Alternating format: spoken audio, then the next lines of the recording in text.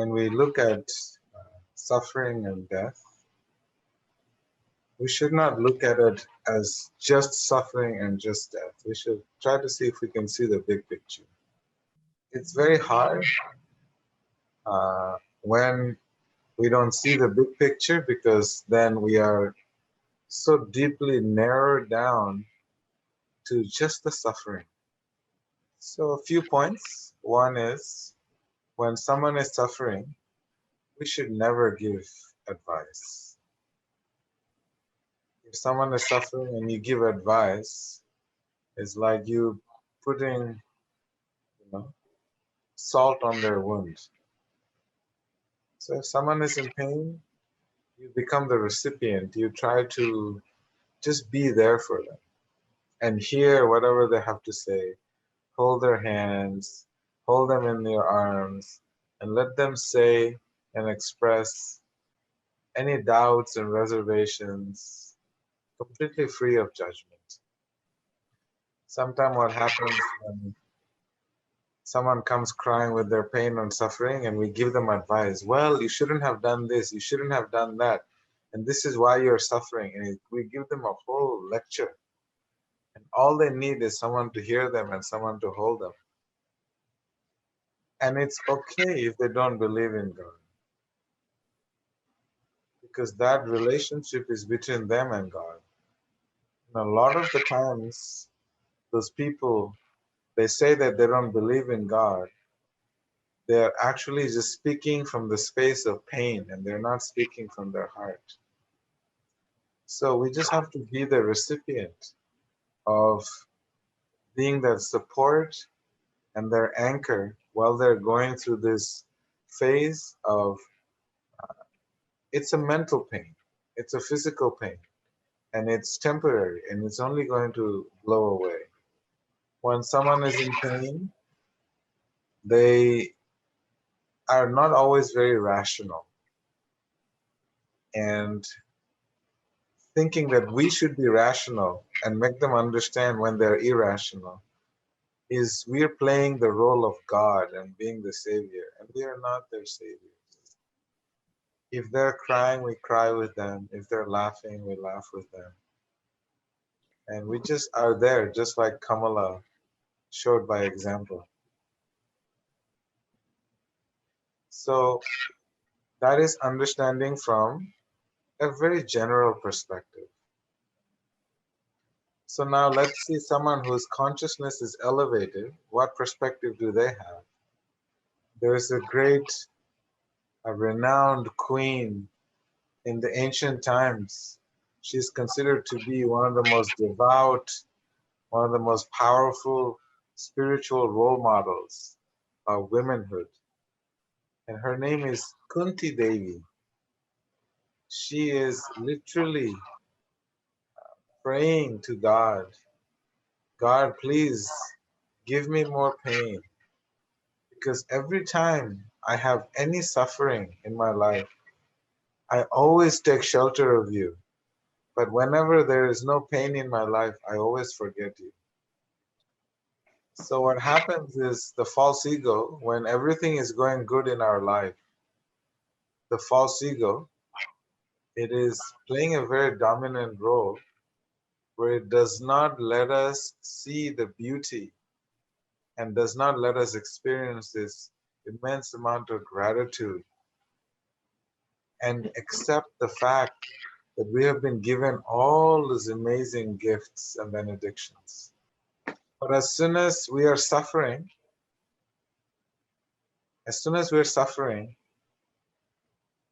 there is actually a slogan I will tell you. They say that there is no atheist in the battlefield because they're seeing suffering and death at all the time. So they are always, if they're shooting guns and if their back is against the wall, they're still crying to God, God help me, God help me, God save me. Because everyone naturally has a relationship with God, just like we have a relationship with our mother and father. But we may get angry, may not talk to them, but we have a relationship. So even if someone says they don't believe in God, deep down, they're praying and crying to God to help them because that is the inbuilt nature of all beings. So spiritually elevated beings, they're afraid of comfort in life. They're afraid of getting distracted by their false ego and not and have the path to the heart somewhat covered with this false ego. So they're always praying, please give us some suffering so we'll never forget you. And the suffering that we have in our life is actually meant to help us remember the value, remember the amazing gift that we have in life. And mostly for yogis, it helps them to remember God. And as we grow in our spiritual life, we will notice that this pain, it is no longer a physical pain. It may seem like it's a physical pain, but it is a process of detachment from the body for our ultimate spiritual journey. So pain is a blessing. Pain is not a curse. I give you an example of my personal life. I have a permanent physical pain in my shoulders. This was from when I was a very young child. And this pain reminds me the futility of the material body. Every time my mind wants to enjoy the material world, my shoulder is a reminder that there is no enjoyment in the material world. So this pain in my body is a constant reminder for me to always remain centered in my heart. We see many, many sages in our yoga line that they are actually waiting. They're simply waiting to constantly be reminded of the existence of God and the divine in everything and every circumstances. So whenever they stub their toe, they hurt their nails, or any kind of pain, they're immediately grateful to God. Thank you. You're so kind that you did not slice off my whole finger. You just give me a small reminder that the material world is a temporary place. Some of my friends, they get upset with me because, uh, you know, whenever someone is suffering and they say bad words or to express some bad emotions, and I always turn around and say, "Oh, that was so good that you got hurt," and they look at me like I'm crazy. This one boy, he was playing soccer and he hurt his toes and he was swearing in English. And I said, "That's so nice that you broke your toes." And he was upset and he said, "How is this good? I'm in so much pain." I said, "This is your test to see if how attached you are to your body. If you're attached to the body, the more you're attached, the more your attention is on the pain will just keep magnifying more and more and more. So now your toe is going to take about a week to heal, but then you'll get a whole week of rest and you won't go out, do all these crazy sports that you do. So your body will get the most beautiful rest that it deserves for 1 week. Nature has her way to give you a lesson, but if you don't learn, if you're not getting enough sleep, then what happens? Your body is going to shut down. Then you will crash and sleep for many, many days and get till your body is well rested. So nature has its way very beautifully to balance us. But we have to learn to listen to nature's indications. So it's very important. This pain in life is such a powerful teacher. It is the most powerful teacher that we have. And if someone is in pain and they're not being able to detach themselves from the pain, we should not give them advice. We should simply hear them and just be a support system for them to let them express whatever it is that they have going on in their mind. So, in a nutshell, what do you tell someone who don't believe in God because of suffering? Step one is that it's okay not to believe in God because you know that is only a temporary phase.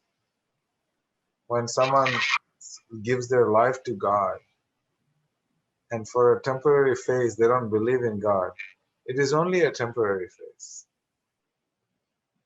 And we should not try to convince anyone about the existence of God. We should let them feel the existence of God through our kindness, through our compassion, through our love. The energy of God is not an intellectual energy. It is the energy of the heart, the energy of love and compassion. So therefore, let us help them to feel God through our actions. One time in Atlanta, one guy came and he came very challenging. He said, "You believe in God?" Because I was with the students and I was introduced as a teacher. He said, "Do you believe in God?" And I said, "Yes." And he told me that he was an atheist, that he didn't believe in God. And he was very challenging. He wanted to argue and debate.